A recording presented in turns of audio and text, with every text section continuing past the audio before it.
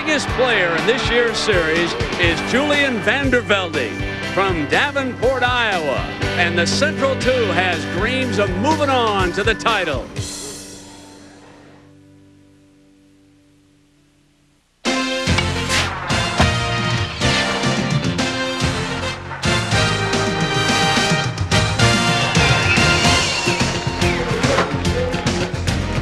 We are live at the Little League World Series, and they all came here with dreams of dancing before it was over. And now we are narrowing the field down, and we come to an elimination game as far as the United States is concerned, matching Davenport, Iowa from the U.S. Central against Vancouver, Washington, out of the West here at Howard J. Lamade Stadium. Good evening and welcome, everybody. I'm Brent Musburger. Such a treat to be back at the Little League World Series, one of our all-time favorite events. And tonight, something special. It's not as easy as just win and you're in. The West now, 2-0, will move into the title game if they can beat the Central with a record of 1-1. But take a look at what happens if the Central wins. Yes, they will go in, but it'll be either the West in a rematch or the South meeting them, and we will tell you about the run-scoring differential if the Central wins it as this game progresses. But one thing to keep in mind, whoever wins tonight's game will play for the U.S. Championship tomorrow night. And what a pleasure for me to be working alongside Harold Reynolds, who has been doing such a stellar job here all week long for ESPN.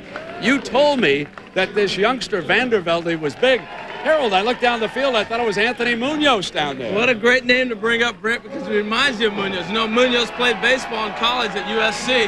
6'2", 234 pounds. Talk about a man-child. I mean, this kid is incredible, but he's a tremendous athlete. He plays linebacker in football. Look at the physique. He's still growing, but he runs to first base in 2.7. He's got power. He's got speed. The complete package, Brent. Yeah, complete package indeed. And we welcome a future Hall of Famer to the booth. Now, folks, Southfield, Michigan, there he is. You recognize him? One of the all-time pitching greats, Oral Hershiser. And Oral, such a pleasure to have you with Harold and me for the Little League World Series, the final on ABC Saturday afternoon. But this has to bring back some great memories for you. Oh, it brings back a lot of memories. This is my third trip to Williamsport. I came here as an 11-year-old. My dad was district administrator of 23 different leagues. Then I came here again. In '89, my parents were Little League Parents of the Year, and now a third time as a commentator with you and with Harold. It's awesome. But let's get to this West team from Vancouver, Washington. Their leader tonight is Dustin Coral. First of all, he's a catcher. Second of all, he's a switch hitter. Automatically makes him a prospect. And third of all, he's clutch. The at-bat before this one, he had just missed a home run. This is 7th inning. Extra innings last night to beat the East. A great athlete, a great power guy, and a great Mr. Clutch, Dustin. He has been something here, folks. And Oral and Harold, there are so many great stories at the Little League World Series, but there's one very special one this year. Let's go down to our colleague, Dave Ryan, for that story. Dave? Well, Brent, thanks so much. Earlier in the week, we talked about the superfan of Vancouver, Washington, Tyler Jacobs, just 6 years old, and thankfully recovering from the removal of a brain tumor. He is going to be all right. Well, throughout this entire run of the Little League World Series, the Vancouver team from the West has dedicated every game, every win, home run, to little Tyler Jacobs. They sent jerseys and hats and also the bats that they've had so much success throughout the season. And also in their big game yesterday, the winner of the East, the game-winning home run hit by Dustin Coral. Well, little Tyler was here in person to get the handoff and some high fives from the guys that he has been following so closely. And the good news is that Tyler's right with us on the field right now, and there is the home run ball given to him by Dustin Coral after he hit the big game winner yesterday, the walk-off homer that beat the East team. Tyler, congratulations. It's good to have you here. And from Little League Baseball, Tyler, here's another ball for your collection. And for Brother Austin, here's a hat. Way to go, guys. Brent, let's go back upstairs. All right, Dave. Thank you very much. So it's win and you're in. You'll play for the U.S. Championship. Who will it be? The youngsters from the Central or the West? We're about to find out.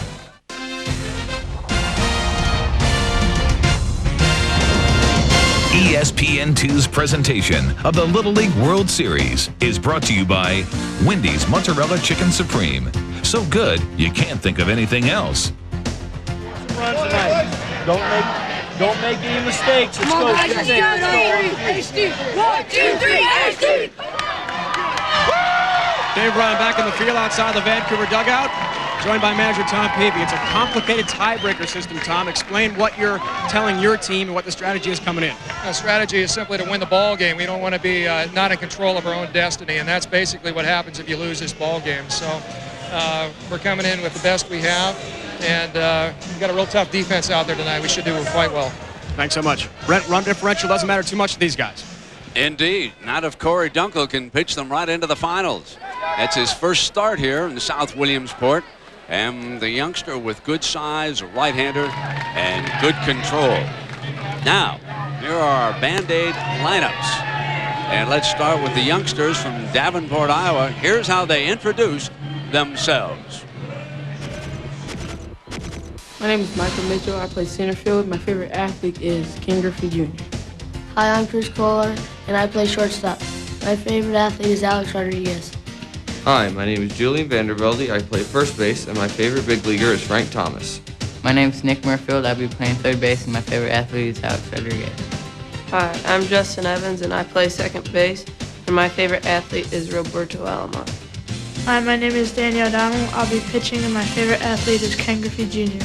Hi, my name is Shane White, and I play outfield, and my favorite baseball player is Derek Jeter. Hi, my name is Michael Schwartz. I'll be catching. My favorite athlete is Jeremy Roenick. Hi, my name is Nick Hartson. I play right field. My favorite athlete is Maglio Ardonia. Now, let's go meet the defense here, Harold Reynolds. Help us out here with the West. Well, you get a good look at Alex Gordon. He hasn't started much, getting a chance to play tonight. And in center field, John Hash. John's been the 4-hitter most of the time here this year for this ball club.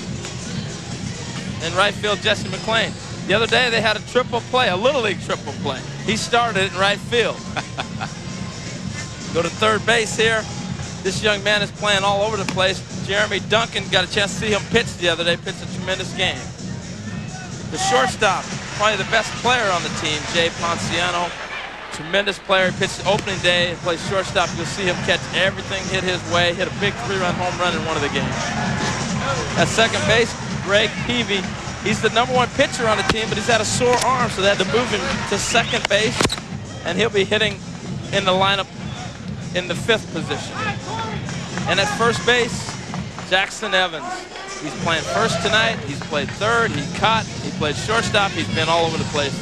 And this is the young man Oral talked about in the open, Dustin Coral, the switch-hitting catcher. He'll block pretty much everything thrown his way. And let's get a look at the young man's pitch script from his own self. Hi, my name is Corey Dunkel, and I'll be pitching. I have 2 primary pitches. My fastball, which is a 2-seam, I hold it like this, and my drop ball, hold like this and come over the top. So there you have it. A good look at Dunkel and the players who are behind him in this West defense against Davenport, Iowa today. An honor for the umpires who were selected for the Little League World Series. Mike Wilson moves in behind the plate. He's out of Sonoya, Georgia. And the fans are all decked out. Another good Number crowd. 1. A foggy evening here in South Williamsport. A lot of fog rolling in over the Pennsylvania hills here late today. See it in the background, and Davenport, Iowa will lead it off here with Michael Mitchell, the center fielder. I imagine a lot of them like SportsCenter. They like watching Harold Reynolds and see him analyze some of the baseball. Well, they stay up late, too. Their favorite SportsCenter is not the 3 a.m. Come on, don't give me that one now. Stay up and watch that 3 a.m. Yeah, well, you know, you guys didn't get done till midnight, Oral. So Dunkel a little wild here, Oral, and I suppose that's always a concern, huh, with a young pitcher? Yeah, the most important thing about pitching is throwing strikes and working quickly to keep your team in the game, and that's what he's got to work on.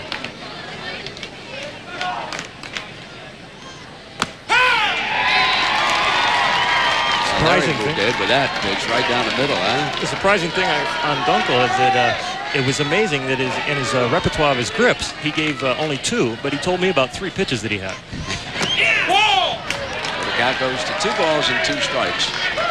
Leadoff hitter, the center fielder, Michael Mitchell, Davenport, Iowa.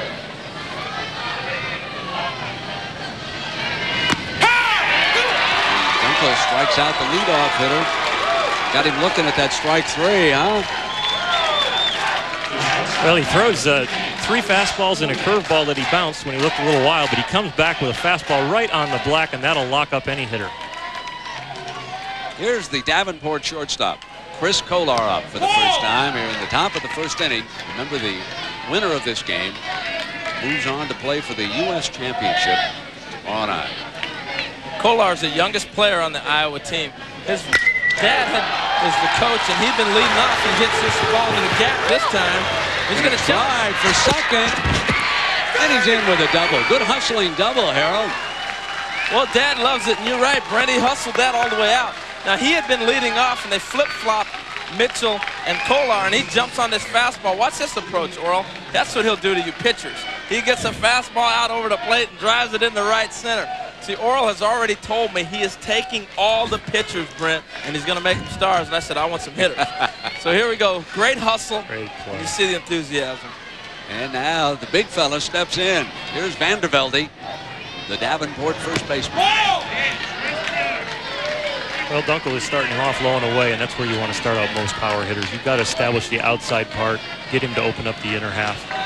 A lot of these Little League pitchers are effectively wild. They really have a pitch sequence as much as it's effectively wild.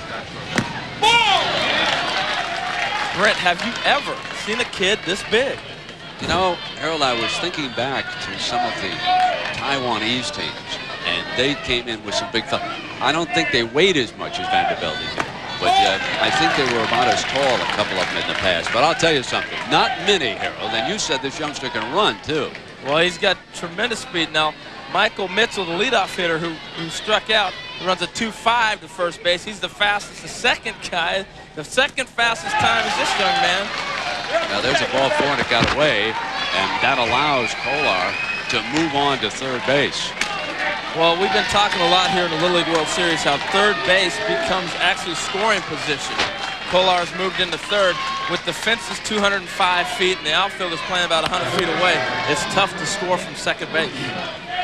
Well, here is a big hitter, Nick Muirfield, the cleanup man for Davenport, and Dunkel misses outside again, Oral, and he's struggling a little bit. Something you don't want to see a youngster have is trouble in the first inning. No, he looks like he's a little nervous. He's kind of rushing and pulling that fastball low and away, not like the one he got Michael out with the strikeout that he was just nice and easy over the outside corner.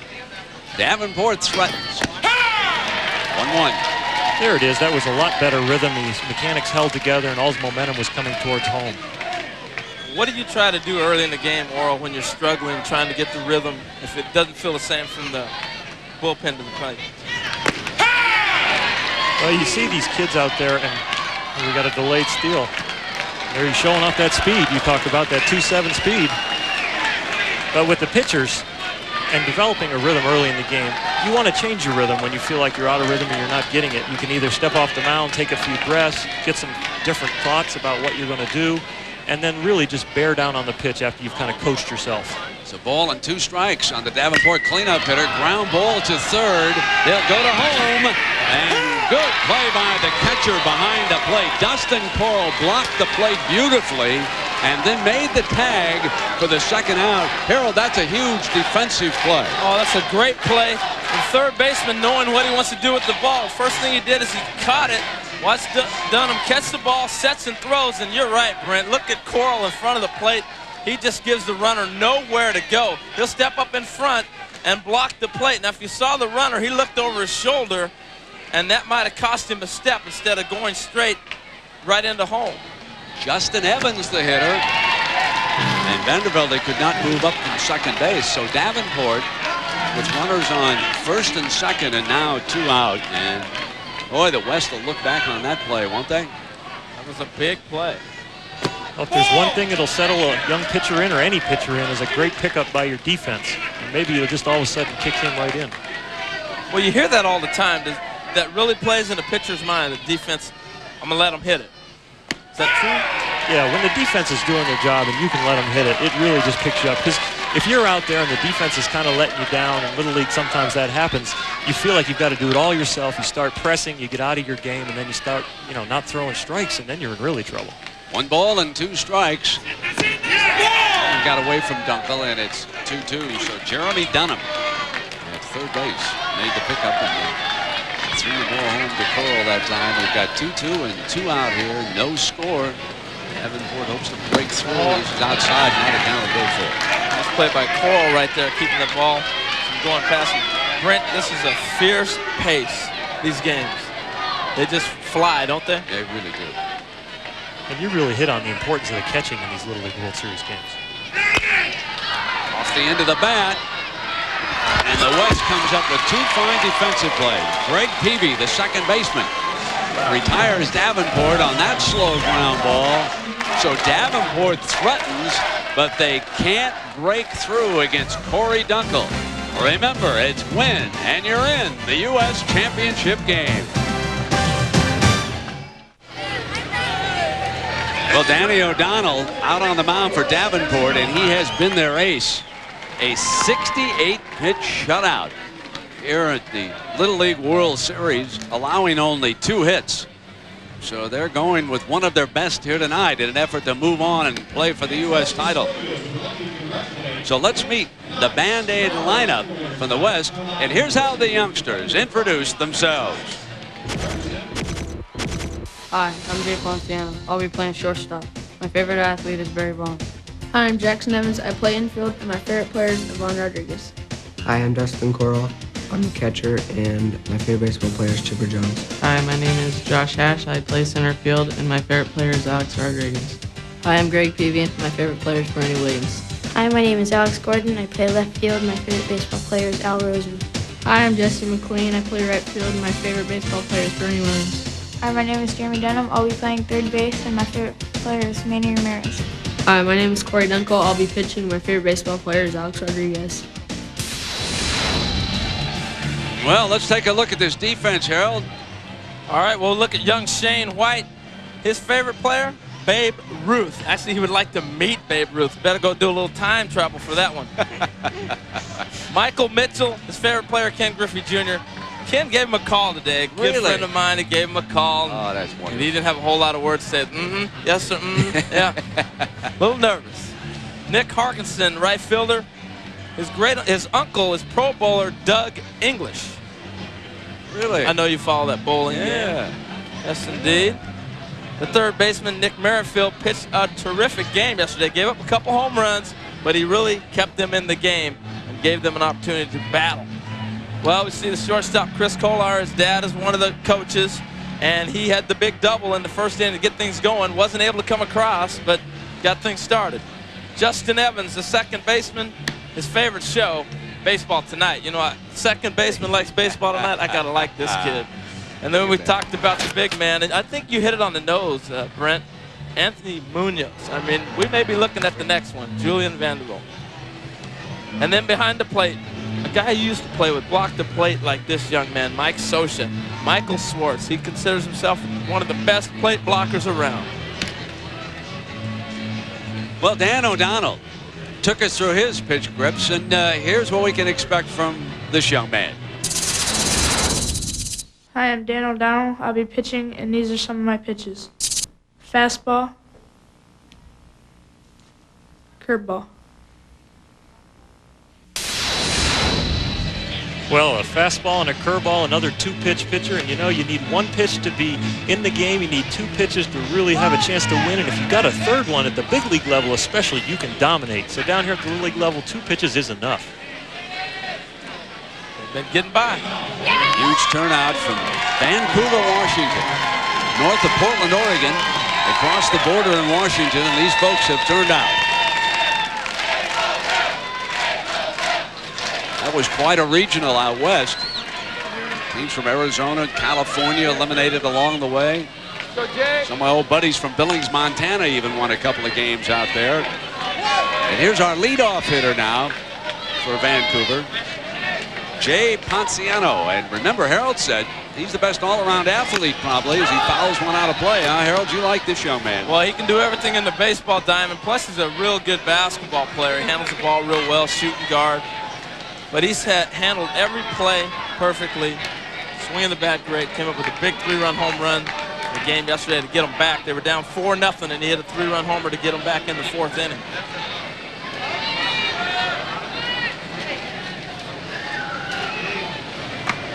Oh, O'Donnell punked him, huh? It looked like a curveball that slipped out the top half there and just caught him on the edge of the helmet. Well, let's see if Oral's right here. Hits him right on the bill of the cap, it looks like. Starting to roll out of there. He's looking the ball in and trying to get out of the way. Well, one of the best things to do when you're about to try and hit a curveball is that approach, and that was a great approach, keeping your front side in. A lot of little leaguers, as they learn to look at curveballs and see that and pick up and be aware of them, they have a tendency to bail out. But that was a great approach. That's why you were such a good hitting pitcher, right? Well, I had to set him up for pitches that I, could hit, like the fastball. Here's Jackson Evans, the first baseman for Vancouver. I've been saying all week, this guy reminds me of Darren Erstad. Watch how he stands in the box, Brent. He looks just like the Anaheim Angels leadoff hitter who's on his way to 200 some hits this season. Watch how relaxed he is and comfortable. Oh, nice stab. But a bad throw into right field. And the West with something going. They take a 1-0 lead. Ponciano dashes around from first base on the throw on into right field. And Evans goes all the way to third base. So the value of defense here, Harold. Well, watch how he backhands this night. He bobbled it when he lost the transfer, and sometimes when you do that, that's when you lose it. Michael Mitchell cutting it off. But watch Ponciano talked about how great an athlete he is. He reads the throw on the inside and makes the slide to the outside to get in safe. Oh, and now Dustin Coral steps up against O'Donnell. So a tough turn of events here in the first inning for the youngsters from Davenport. First they threaten putting a runner on third base. They can't score. And then 2 hitters into the bottom of the first, and Vancouver, Washington jumps ahead.